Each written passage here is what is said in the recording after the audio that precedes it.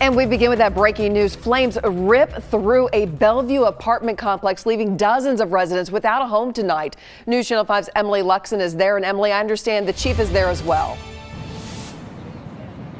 That's right. He has just arrived on the scene. We're going to be speaking with him momentarily, but I want to tell you first, no one was injured in this fire, which is pretty incredible when you see the amount of damage that was done to this apartment complex. Residents tell me it started in one corner and just worked its way through this entire building, affecting more than 48 apartments. Many people were inside at the time. They had to grab what they could and rush outside. Now, firefighters did arrive on the scene quickly to put those flames out and get everything under control, and residents were looking on as they worked to get everything under control. They tell us that one cat was trapped in the building. They were able to rescue that cat, but again, no one was hurt.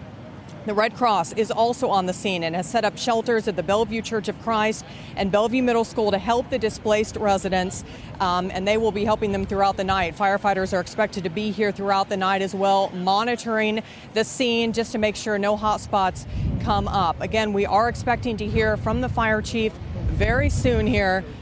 We can move in and listen to him with an update here. Fire call that came in. The first arriving companies arrived right about at 6:43, and then immediately within about 10 minutes they realized that they called a second alarm, and that just means that the fire was at a point where the first incoming crews knew they needed additional help. So right now we got 48 units that have been destroyed, and we also have I want to emphasize that no one got injured or hurt, which is definitely a blessing. I do want to give credit to the National Fire Department on an incredible job. These guys have been out here since around 6:37 on this fire, actually to extinguish it. And if you look behind me, you'll see again 48 units that are damaged, which is a huge amount, but it could be a lot worse. Also, I want to emphasize the fact that we've got a lot of displaced individuals without a home. We've got the Church of Christ, which is right up the street, that's helping us out to house these individuals.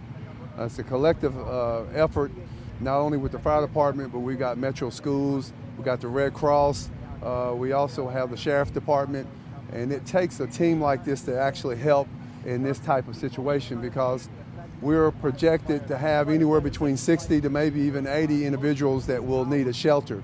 So what we're trying to do now, if you look behind me, the fire is pretty much out. We're just going through it to make sure we hit all hot spots. Our investigators will do a thorough job to try to determine exactly where the fire started. But our attention now turns to the individuals, again, that doesn't have a place to stay. So Metro Schools were gracious enough to bring a bus. We've transported them to the Church of Christ. We have Red Cross is getting a better assessment of what is needed. We have the Sheriff Department, who has been so gracious enough to actually provide security for these individuals while they are being displaced. So again, the points that are very important to note is that the fire department did an incredible stop. There was no persons or even no pets was injured. So again, I can't praise a few individuals that actually initiated the call for help. And then our crews getting here as quick as they could to make a expedient stop as we did make tonight.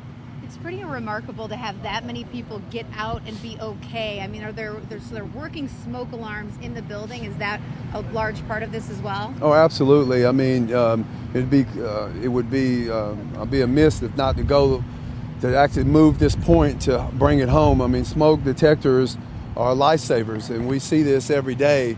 Unfortunately, until we get an event at this magnitude, usually it doesn't draw the attention that is needed. But we do know that smoke detectors and then neighbors, being good neighbors, help save lives tonight. So again, it's a collective effort of the fire, smoke detectors, and this individual's being aware and alert.